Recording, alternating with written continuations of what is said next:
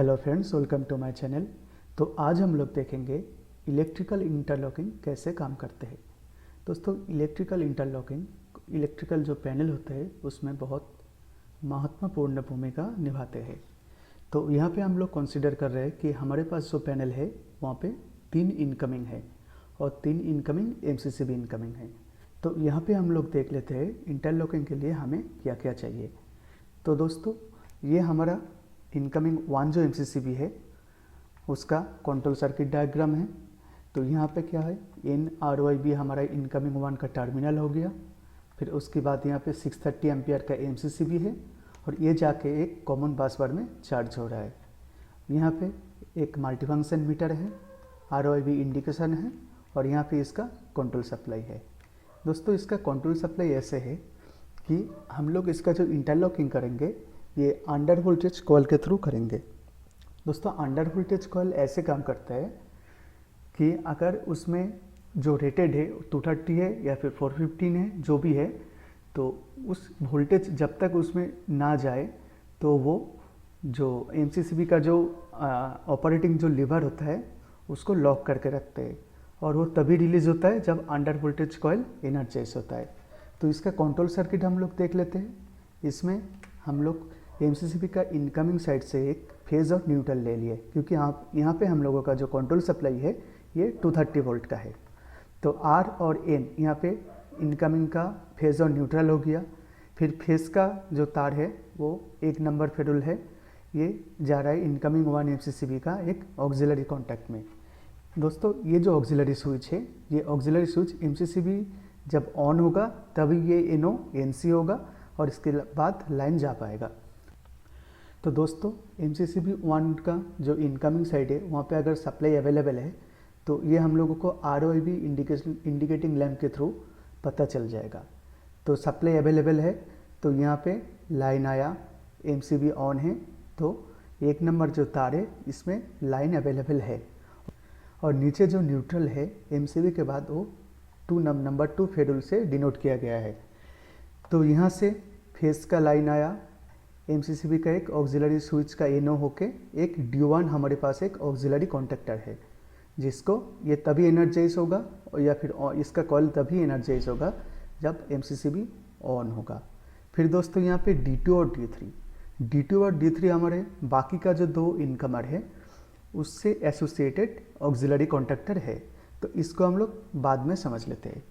तो अगर हमारे इनकमिंग 1 में सप्लाई अवेलेबल है और हम लोग एमसीसीबी को ऑन किए तो ये जो ऑक्सिलरी स्विच है ये NC हो जाएगा और D1 पिकअप होगा। तो यहाँ पे हमारा जो ऑन का इंडिकेशन है H1, ये D1 का NO है, ये NC होके ऑन का इंडिकेशन आ जाएगा। और जब तक एमसीसीबी ऑन नहीं था तो D1 NO होके रखा था, NC होके रखा था और ऑफ लैम्प इंडिकेट कर रहा था। तो यहाँ पे D2 और D3, ये D2 और D3 सिमिलरली जैसे यहाँ पे इनकमिंग 1 ऑन करने से D1 ऑन हुआ तो इनकमिंग 2 ऑन करने से D2 ऑन होगा और इनकमिंग 3 ऑन करने से D3 ऑन होगा। तो अगर अभी हम लोग मान लेते हैं कि D2 और D3 दोनों ही बंद है, तो यहाँ पे जो NC है ये D2 का NC है, D3 का NC, दोनों ही NC होकर रखा है। तो अंडर वोल्टेज कॉइल में फेज आ गया ऊपर से और नीचे से न्यूट्रल मिलने से अंडर वोल्टेज कॉइल एनर्जाइज हो गया, तो हम लोग इसको ऑन कर पाए। तो सिमिलरली यहाँ पे हम लोग देख लेते हैं इनकमिंग 2 का जो एमसीसीबी है उसका भी कंट्रोल सर्किट सेम ही है, सिर्फ ये जो अंडर वोल्टेज वाला जो पार्ट है यहाँ पे इंटरलॉकिंग का लॉजिक चेंज होगा। तो हम लोग ये देख पा रहे हैं यहाँ पे इनकमिंग जो 1 है, इनकमिंग 1 का जो अंडर वोल्टेज कॉइल है उसके साथ इनकमिंग 2 और इनकमिंग 3 का एक जो ऑक्सिलरी कॉन्टैक्टर है उसका एक NC पॉइंट सीरीज में कनेक्टेड है। यह सीरीज में इसलिए है कि अगर तीनों में से कोई भी एक ऑन हो जाए तो ये NC से NO हो जाएगा, अंडर वोल्टेज में सप्लाई नहीं जा पाएगा, वो वाला एमसीसीबी ऑन नहीं होगा। तो इस केस में हमारे पास इनकमिंग 1 ऑन है, तो अभी इनकमिंग 2 में क्या होगा वो देख लेते हैं। दोस्तों, ये हमारा इनकमिंग 2 का कंट्रोल सर्किट है जो इनकमिंग 1 की एकदम बिल्कुल एक ही है। सिर्फ चेंजेस यहाँ पे इतना है कि यहाँ पे जो ऑक्सिलरी कॉन्टैक्टर है ये D2 नाम है, वहाँ पे D1 था। यहाँ पे इनकमिंग जो 2 एमसीसीबी है उसका एक ऑक्सिलरी कॉन्टैक्ट यूज़ किया हुआ है। और यहाँ पे D1 का जो हमारा फर्स्ट वाला जो MCCB है उसका NC है, और D3 का NC पॉइंट है इसके अंडर वोल्टेज कॉइल के लिए। अभी हम लोग मान लेते हैं हमारा D1 ऑन है, तो हम लोग इनकमिंग 2 का जो इनकमिंग पार्ट है वहाँ पे सप्लाई अवेलेबल है, तो हम लोग क्या इसे ऑन कर पाएंगे? नहीं कर पाएंगे। वो इसलिए है कि यहाँ पे जो D1 है, हम लोग जब भी इनकमिंग 1 को ऑन कर दिए थे तभी ये जो NC पॉइंट है ये NO हो गया था। तो NO होने के कारण ये जो लाइन यहाँ से आखिर रुक जा रहा था, इसके बाद नहीं जा पाएगा, और जो अंडर वोल्टेज कॉइल है वहाँ तक लाइन ना जाने से वजह से ये ऑन नहीं हो पाएगा। तो सिमिलरली हम लोग इनकमिंग 3 का भी देख लेते हैं। दोस्तों इनकमिंग 3 का जो सप्लाई है, अभी हम लोग ये भी मान लेते हैं कि इनकमिंग 3 का भी इनकमिंग पार्ट में सप्लाई अवेलेबल है।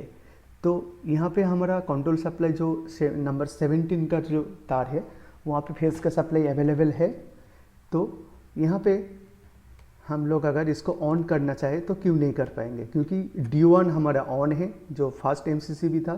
तो D1 ऑन होने के कारण ये जो NC पॉइंट है ये NO होकर रखा है, तो इसका UV कॉइल तक लाइन नहीं जा पा रहा है। तो दोस्तों सिमिलरली सेम प्रोसेस से बाकी भी काम करेगा।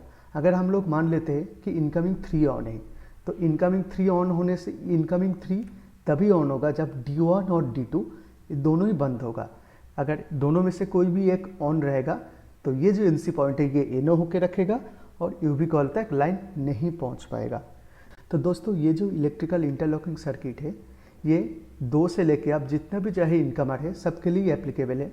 अगर यहाँ पे 3 की जगह 4 इनकमिंग होता तो D1 D2 और यहाँ पे एक D3 आ जाता। सिमिलरली सब में एक एक करके जो ऑक्सिलरी कॉन्टैक्टर है हर एक MCCB के साथ वो ऐड हो जाएगा और सेम लॉजिक में ये सारा काम करेगा। तो दोस्तों ये एक छोटा सा वीडियो था इलेक्ट्रिकल इंटरलॉकिंग के रिगार्डिंग। होप आपको समझ में आ चुका होगा। अगर फिर भी कोई क्वेश्चन है तो आप मुझे कमेंट करिए, मैं उसका आंसर करूँगा। जल्दी मिलते हैं नेक्स्ट वीडियो पे।